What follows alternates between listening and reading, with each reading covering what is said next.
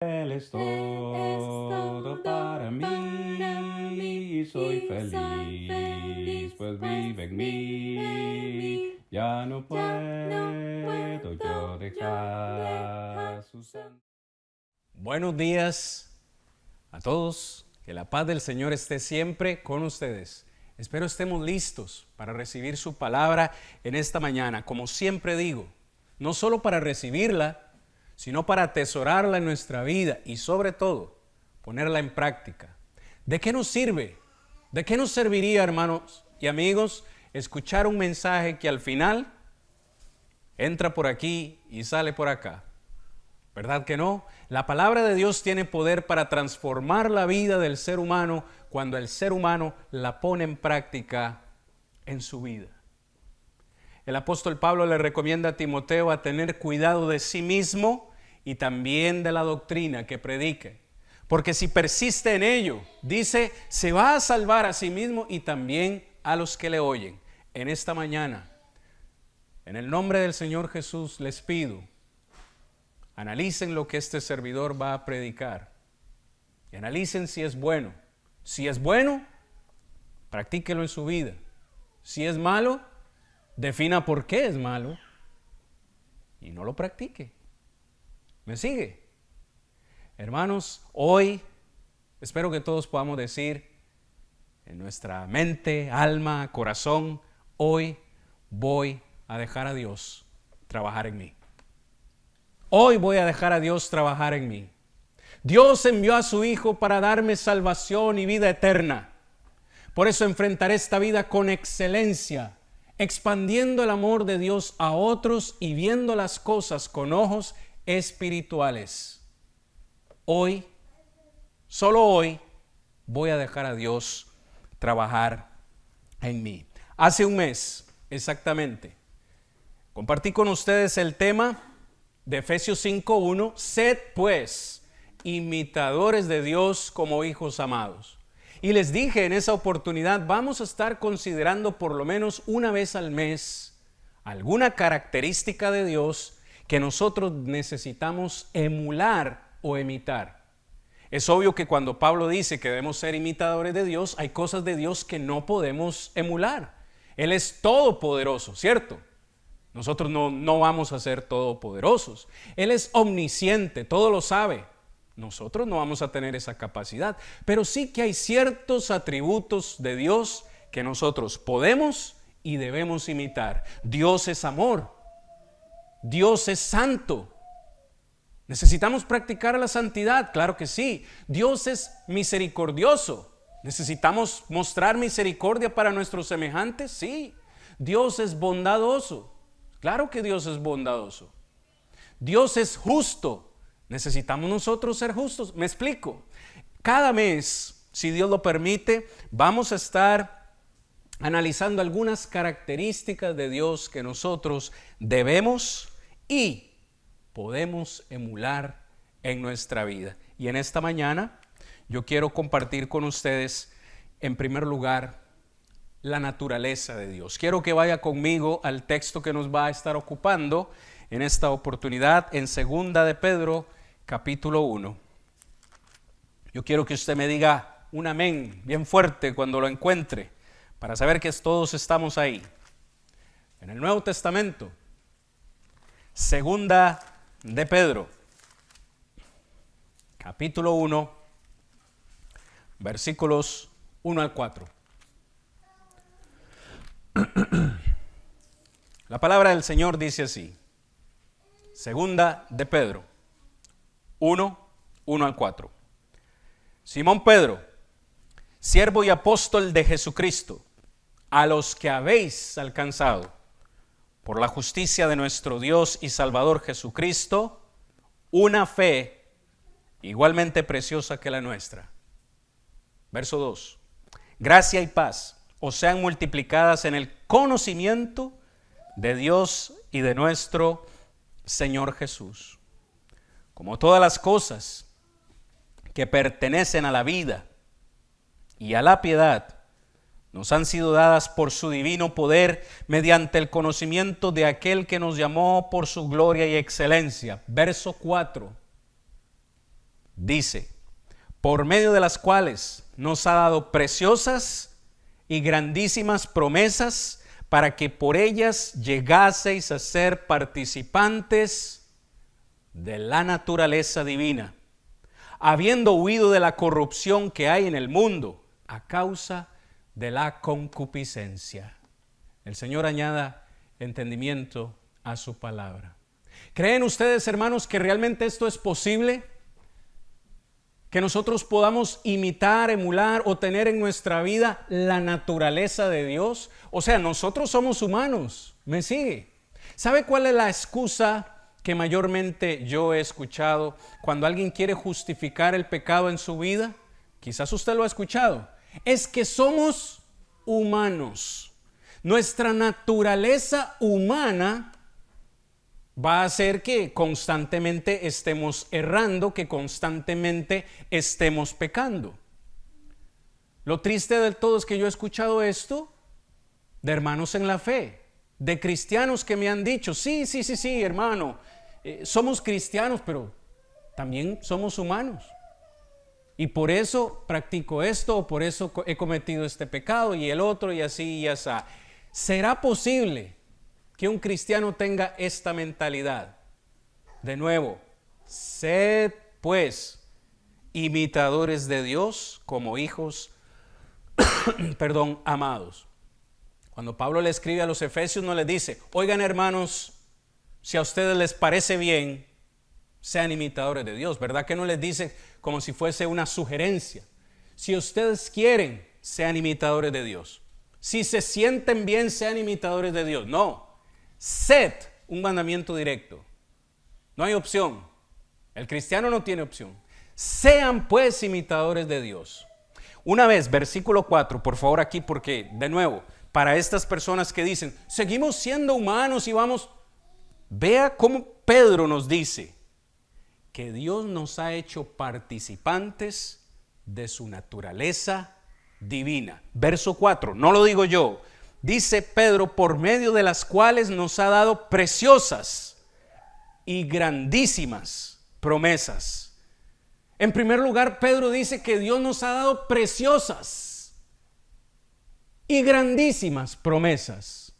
Miles de promesas encontramos en su palabra y dice Pedro, son preciosas, son grandísimas. Y por medio de esas promesas, vea el texto conmigo, para que por ellas, ¿quiénes? Las promesas, llegásemos a ser participantes de la naturaleza divina. Hermanos, Dios nos ha hecho participantes de su naturaleza divina. ¿Cómo? Es lo que vamos a analizar en esta mañana. Porque de nuevo, muchos siguen diciendo, es que soy humano y como humano siempre voy a pecar.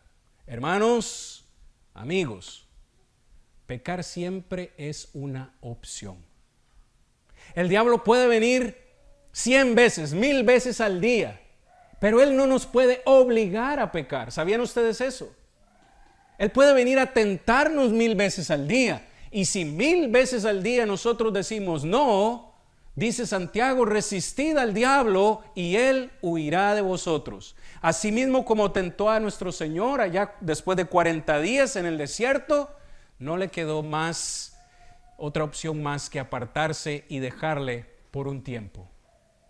Así que cuando nosotros pecamos, es por decisión propia. Amén. Es decisión propia. Yo puedo decir no, pero en ocasiones nos vemos tentados a decir sí. En esta mañana, en primer lugar, quiero que veamos los medios para participar de la naturaleza divina. En otras palabras, ¿cómo es que una persona puede llegar a participar de la naturaleza divina?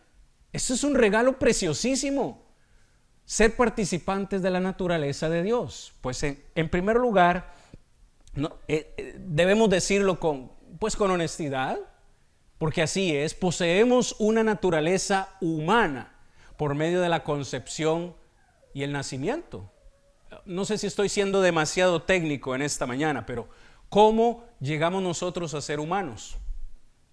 O sea, para que yo sea un humano, tuvo que haber una concepción. Es decir, mi padre y mi madre tuvieron que en sus mentes, tener la idea, ok, queremos tener un hijo y vamos a procrear un hijo. Y luego mi madre me trajo al mundo y cuando yo nací, la tierra se detuvo, ¿verdad? Fue un día especial, por lo menos para mi mamá y para mi papá y la familia. Fue un día especial y yo nací en este mundo y me convertí en un humano.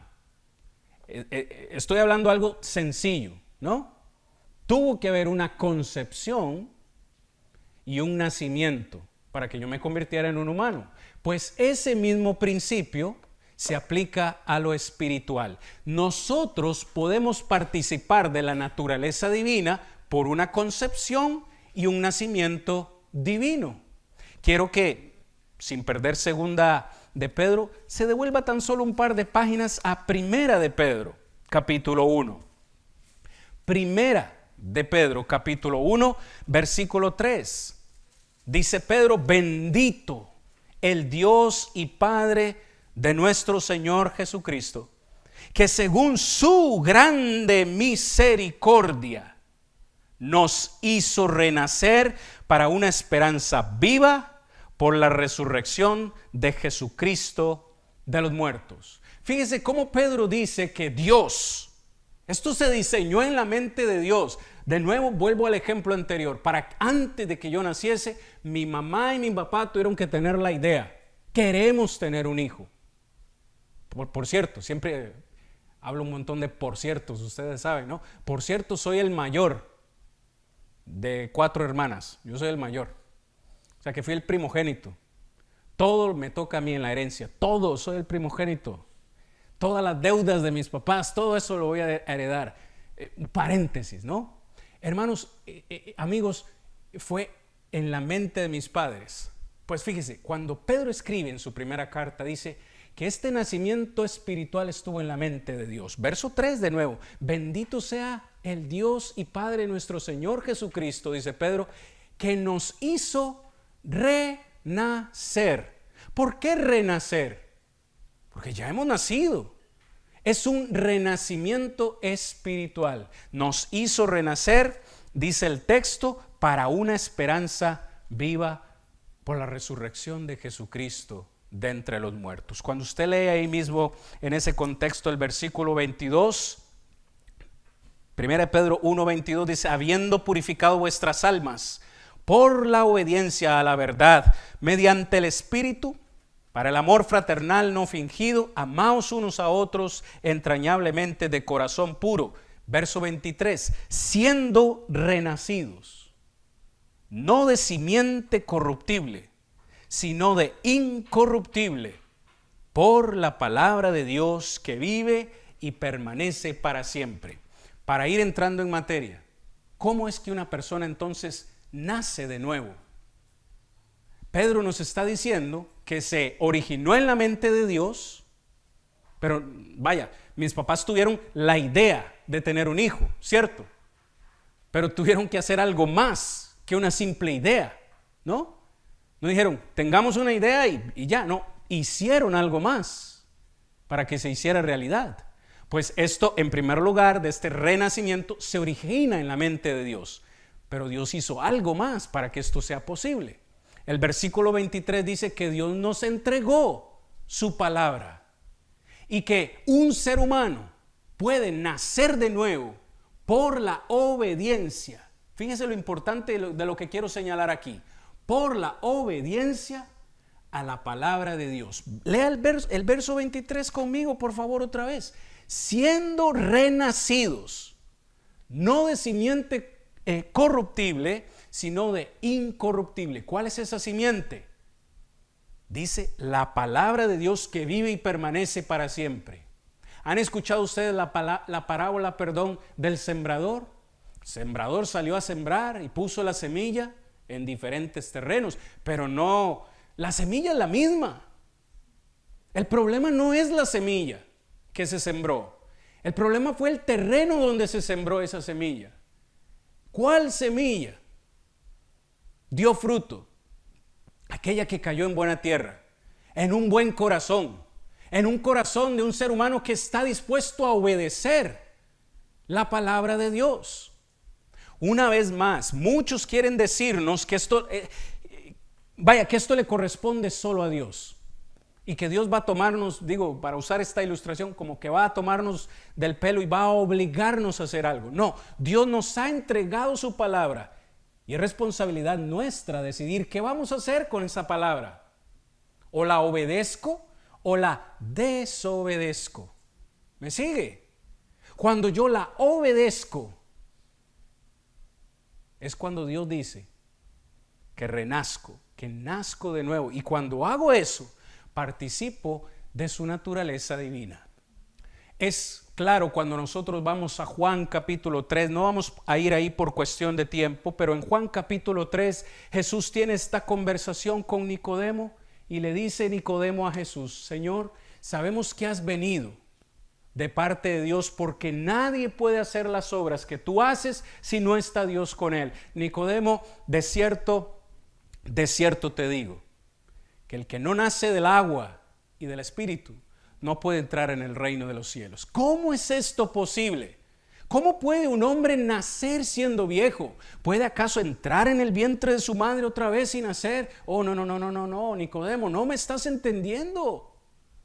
Estamos hablando en un sentido espiritual. Es necesario nacer del agua y del Espíritu. Claramente, el Señor Jesús se estaba refiriendo al bautismo en agua.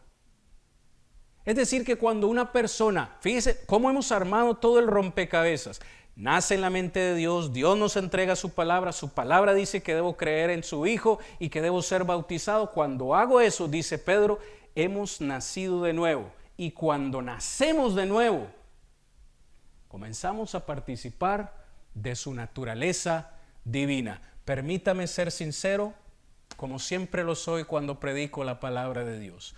No todos los seres humanos son hijos de Dios. Algunos quieren hacernos creer eso. Todos somos creación de Dios, claro está, pero no todos somos sus hijos. Venimos a ser sus hijos cuando obedecemos su palabra. Participamos de su naturaleza divina, entonces también por medio del conocimiento de su palabra. Lea otra vez, por favor, conmigo el texto principal, segunda de Pedro, capítulo 1, verso 2. Segunda de Pedro, capítulo 1, verso 2. Gracia y paz os sean multiplicadas en el conocimiento de Dios y de nuestro Señor Jesús, como todas las... Quiero ir poco a poco, paso a paso. ¿Saben cómo me gusta tratar la palabra de Dios? Con cuidado. Dice el verso 3, como todas las cosas que pertenecen a la vida y la piedad. La piedad es la capacidad de obedecer los mandamientos de Dios.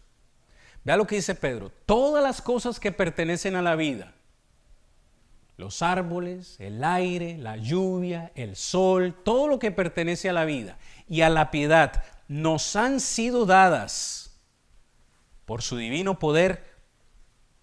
Note la palabra clave, mediante el conocimiento de aquel que nos llamó por su gloria y excelencia.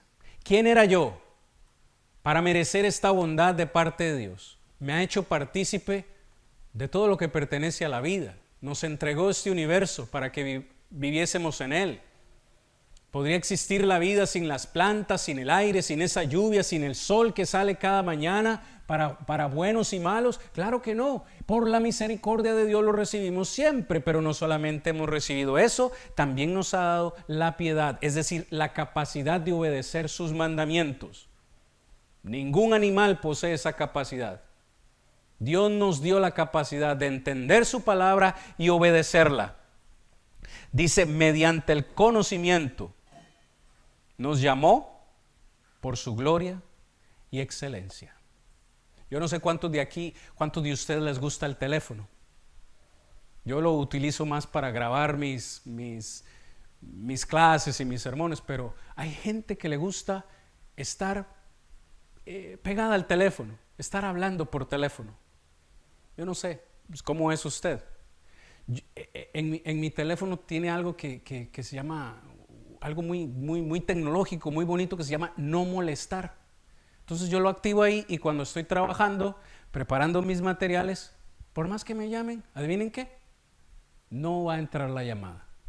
Es una cosa magnífica, excelente. Y usted me diría a mí, ¿para qué quiere tener teléfono si no acepta llamadas? Bueno, por lo menos cuando estoy trabajando. Pero lo que quiero decir es esto. Imagínese que, esto es hipotético, imagínese que en ese momento que tengo el teléfono en modo no molestar, el que me esté llamando es Dios. ¿Se ha puesto usted a pensar en eso? El llamado de Dios. Y Dios llame y nada que entra a la llamada. Vea lo que dice el texto en el versículo 3. Mediante el conocimiento, aquel que nos llamó, Dios nos llamó por su gloria y excelencia. Me devuelvo hace unos 26 años atrás, hermanos, que vine a los pies de Cristo cuando tenía 15 años y ¿viera usted qué clase de muchachito era yo? Así, como dice Pablo, en pasiones juveniles y demás. Y ahora yo digo, ¿por qué me llamó Dios a mí al ministerio? ¿Por qué me escogió para ser su siervo? Yo quería ser piloto de avión, yo quería ser maestro de matemática porque se me dan los números, yo quería ser basquetbolista, yo quería ser, yo les he contado, ¿no? Iba a ser el Cristiano Ronaldo, pero me fregué la rodilla y ya no pude. Quería hacer un montón de cosas, pero les aseguro, hermanos y amigos, que ser predicador no estaba en la lista. ¿Es en serio? ¿A mí? ¿Me estás escogiendo a mí? Y luego voy, analizo a Abraham, un mentiroso, a Moisés, tenía sus debilidades, a David, era un adúltero. ¿A cuál de sus siervos que él escogió fue perfecto? Ninguno de ellos. Dios me dice a mí que me ha llamado por su gloria y excelencia, dice el texto. Y por medio de esas dos cosas me ha dado excelentes, preciosas, grandísimas promesas. Pero como estamos viendo hoy, ha hecho todo esto para que yo, un ser humano tan defectuoso, un ser humano tan insignificante, venga a ser partícipe de su naturaleza divina. ¿Por qué? Porque Dios no me necesita a mí, yo lo necesito a Él. Sin embargo, Él quiere que yo pueda pasar la eternidad con Él. ¿Y cuántas veces he desechado esa promesa? ¿Cuántas veces he desechado ese regalo queriéndome devolver al mundo? Si usted nota el texto, dice que hay una parte que Dios ya ha hecho. ¿Alguien me está escuchando? Hay una parte que Dios ya hizo, pero hay otra parte que yo necesito hacer para ser participante de su naturaleza divina. Lea la parte final del versículo 4.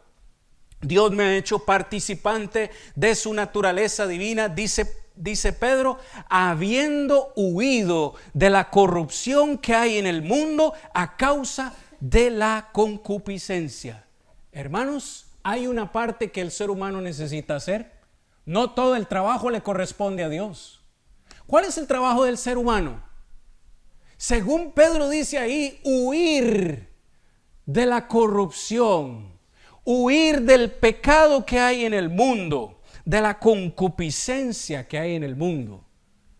Yo no puedo pretender participar de la naturaleza divina o decir que soy hijo de Dios si me gozo en las prácticas del mundo. Soy igual que ellos.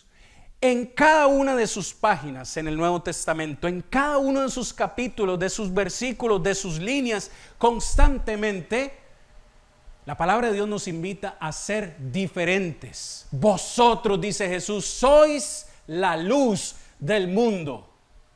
¿Para qué es la luz? Para alumbrar. Vosotros sois la sal del mundo. No améis al mundo, dice Juan, ni las cosas que están en el mundo, porque el mundo pasa y sus deseos. Pero el que hace, vea la clave, no el que dice, el que hace la voluntad de Dios permanece para siempre. Así sea, hermanos.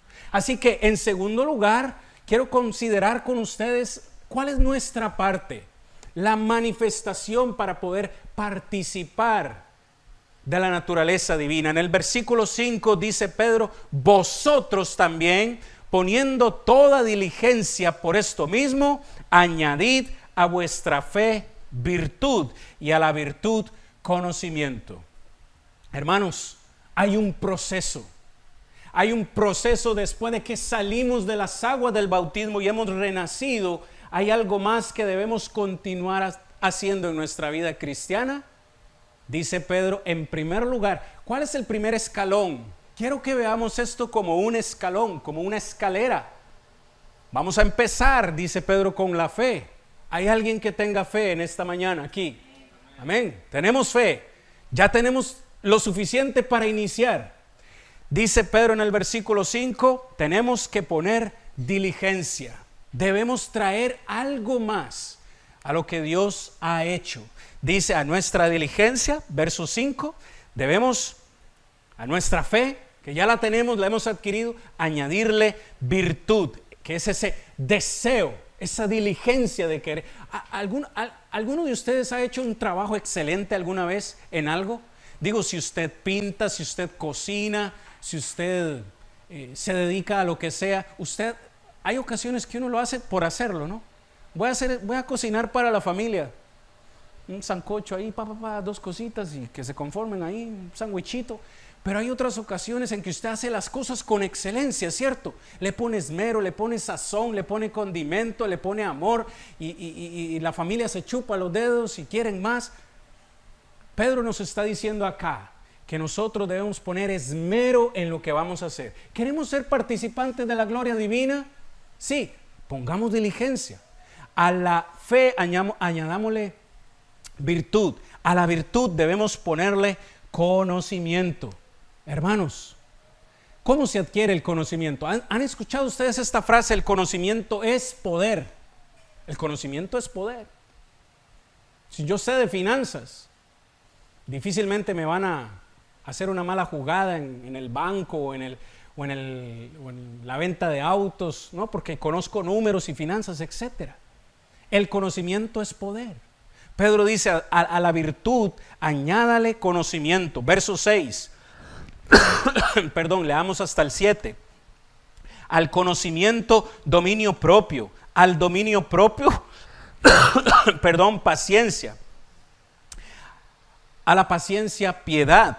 A la piedad, afecto natural. Y al afecto fraternal, amor.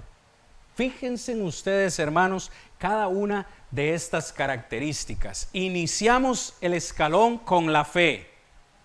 No puedo iniciar si no tengo fe. Es pues la fe la certeza de lo que se espera, la convicción de lo que no se ve. Y ya dijimos en esta mañana que todos tenemos fe. Pero va a ser una pregunta más difícil. ¿Tenemos amor? Si usted nota el texto, Pedro inicia con la fe y termina con el amor. El top, aquí el top, lo último, lo más alto que podemos alcanzar de la naturaleza de Dios es el amor. Dios es amor. No dice la Biblia que Dios tiene amor. No, Él es amor, es la fuente original del amor. Ahora, lo que yo quiero que ustedes vean es esto. Esto es, no sé si la palabra es retroactivo. Es decir, que usted no puede tener amor de Dios, porque el amor, la palabra griega aquí es ágape, el amor de Dios, el amor que busca lo mejor por el ser amado. Cuando yo digo que amo a alguien, deseo lo mejor para esa persona, ¿sí o no? De tal manera amó Dios al mundo, que nos dio a su Hijo unigénito. El amor verdadero siempre da algo. ¿Me sigue?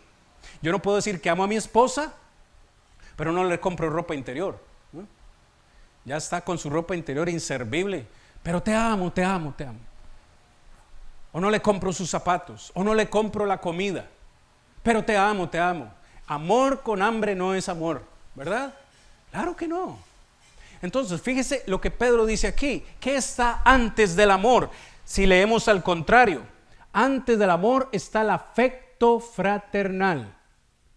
el amor entre hermanos.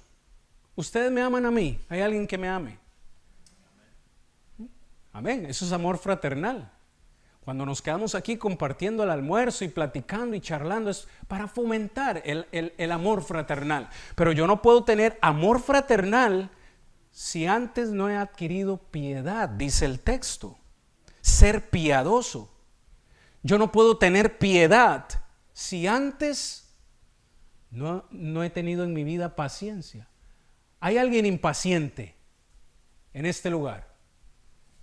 ¿Son ustedes de esos, como este servidor, que ponen a calentar 1 minuto la comida en el microondas y se quedan ahí, frente al microondas, esperando que pase? Yo no lo dejo que termine nunca. Lo paro faltan 15 segundos, ya se debió haber calentado. Yo en el supermercado, cuando voy a la Walmart, siempre ando buscando la caja donde están más chiquita la fila. No quiero esperar. Lo que sea menos. Dice el texto, fíjese, no puedo tener yo amor, y cuando digo amor me refiero al amor de Dios, si soy un impaciente. ¡Wow!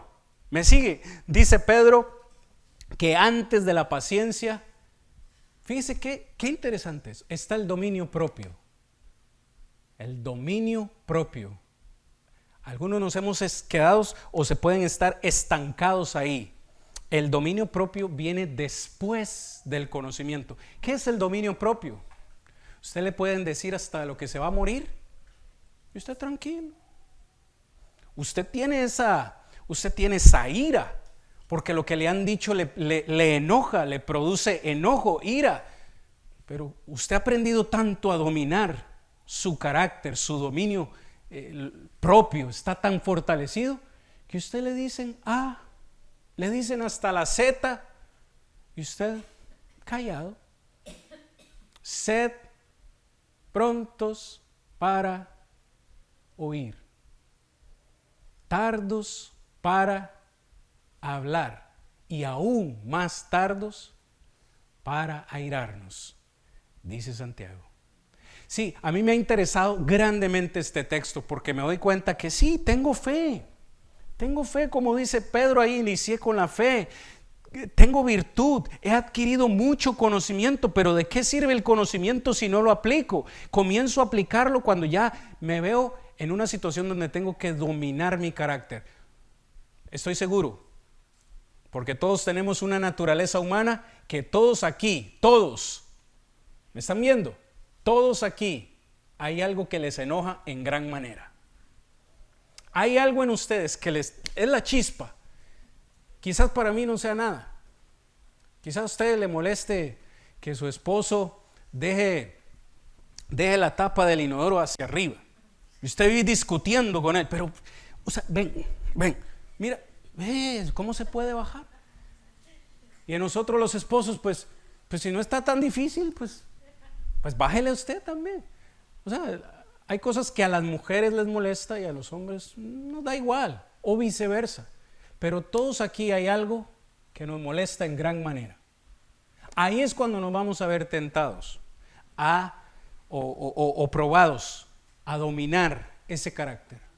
Si todavía estamos ahí, no tenemos paciencia, mucho menos piedad, amor fraternal, y ni qué decir del amor. Cada uno de estos elementos, hermanos, debe estar en nuestra vida para que podamos decir que gozamos de la naturaleza divina. ¿Sabe por qué? Vea lo que sigue diciendo el texto y voy a leer desde el 8 hasta el 11. ¿Alguien está conmigo? ¿Sí? ¿Ven? Verso 8. Porque, vea la condición, si estas cosas están en vosotros y abundan, no os dejarán estar ociosos ni sin fruto en cuanto al conocimiento de nuestro Señor Jesucristo.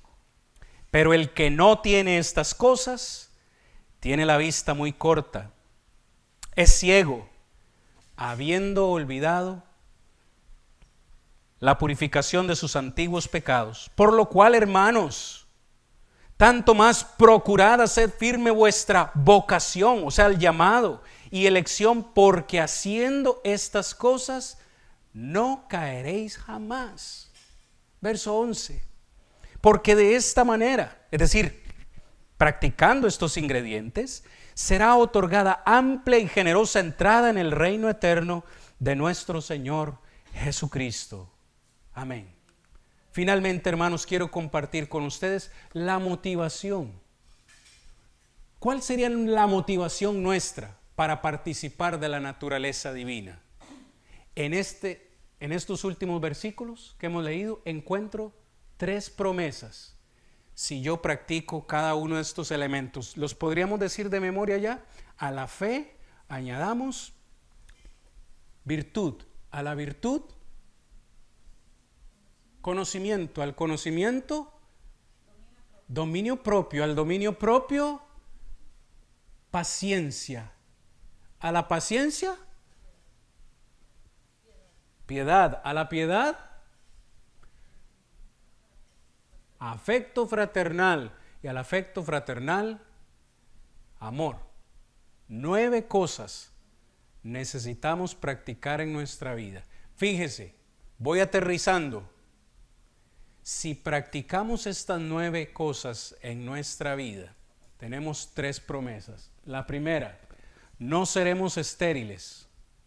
El versículo 8 dice, si estas cosas están en ustedes y abundan. ¿Han visto ustedes cuando uno vacía un refresco de gaseoso en un vaso, que empieza la espumita a subir y uno tiene que, para que no se salga? Ese es el concepto ahí. Que abunde, que en nuestra vida quiera salirse cada una de estas características, creciendo más y más y más. No solo porque ya las tengo, no puedo crecer más en ellas. Si esas cosas están en mi vida, dice, voy a producir frutos. No voy a ser estéril. No voy a estar ocioso en el conocimiento de nuestro Señor. Cada día yo tengo que decir, voy a aprender más de Cristo. ¿Cuál característica de Dios falta en mi vida? Ya tengo esta, pero me falta esta otra. ¿Cuál? Y voy a preocuparme.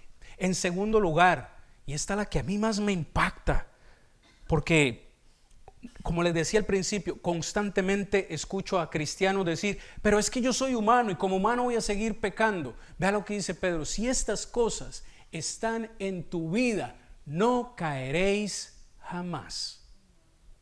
No quiere decir que no vas a cometer errores, sí, los vamos a cometer, pero nos vamos a levantar de ahí y vamos a procurar, vamos a decir, no lo voy a volver a hacer. Estaremos, dice, no estaremos sin fruto, no caeremos jamás. Verso 11, porque de esta manera les será otorgada amplia y generosa entrada en el reino eterno de nuestro Señor y Salvador Jesucristo. Jesús dijo, cuando estuvo en esta tierra, que hay 2 caminos. Uno lleva a la salvación y es angosto, estrecho, y pocos son los que entran por ese camino. ¿Por qué será que pocos entran por ahí? Pero el otro es espacioso, el que lleva a la perdición. Pero ahora Pedro me está diciendo a mí que si Dios ya hizo su parte y yo hago la mía es practicar estas cosas, se nos va ese camino que es angosto, se nos va a hacer amplio y generoso. Y yo no sé ustedes, pero yo quiero ir por ese camino. Por eso me ocupo, no me preocupo, pero quiero ocuparme en cuáles de estas cosas necesito trabajar. ¿Será la paciencia? Nunca pida en oración paciencia, ¿sabe? Lo he leído en la palabra. El que pide paciencia pide prueba. Señor, dame paciencia. Más pruebas vendrán a tu vida, porque dice Romanos 5 que las pruebas producen paciencia. ¿Ok? Entonces, si usted no quiere pruebas en su vida, no pida paciencia. ¿Ok?